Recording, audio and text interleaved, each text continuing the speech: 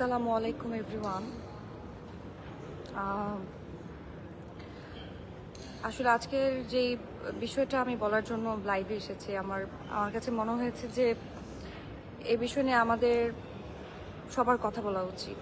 এবং একজন জাতি হিসেবে আমি খুবই লজ্জিত, কারণ আমি নিজেও একটা মেয়ে এবং আমার ছোট একটা বোন আছে যার বয়স 7 বছর। এবং রামিসার যে বিষয়টা আমাদের চোখের সামনে ঘটে গেল, আমার মনে হয় না যে এটার বিচার একজনকে দেখে আসলে এটা শান্তি মিলতে পারে। কারণ যেই বিষয়টা আমাদের চোখের সামনে ঘটেছে এবং আমরা দেখেছি, সেইটার শাস্তি আমার মনে হয় যে সর্বোচ্চ শাস্তি দেওয়া উচিত এবং খুবই জলদি। মানে এটার জন্য আমি ফাঁসি চাই অফকোর্স। এবং আমি জানি না আসলে আইন কি বলে, আইন কি করবে, কিন্তু আমার নিজেরও তো একটা বোন আছে।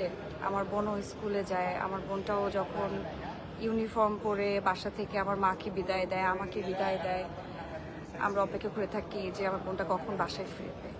সো যার বুক খালি হয়েছে সে জানে যে সন্তান হারার বেদনা কতটা ভয়ঙ্কর। তো যে দেশে বাস করি আসলে আসলে আমরা তো আমাদের বাংলাদেশকে নিয়ে অবশ্যই গর্ব করি, কিন্তু কিছু বিষয় থাকে যেগুলো আসলেই আমার মনে হয় এগুলো নিয়ে ভালোভাবে দেখা উচিত।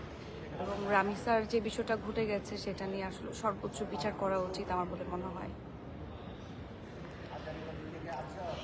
তো অনেকে জয়েন করছে, আমার মনে হয় যে সবাই এটা নিয়ে সোচ্চার হন। এবং আসলে এটাতে আমার বলার কিছু নাই, আমি 2টা দিন ধরে দেখলাম এই বিষয়টা নিয়ে। সো সবাই ভালো থাকবেন এবং যে যেখানে থাকেন ভালো থাকেন, সুস্থ থাকেন এবং সবাই সবার জন্য দোয়া করবেন। ধন্যবাদ।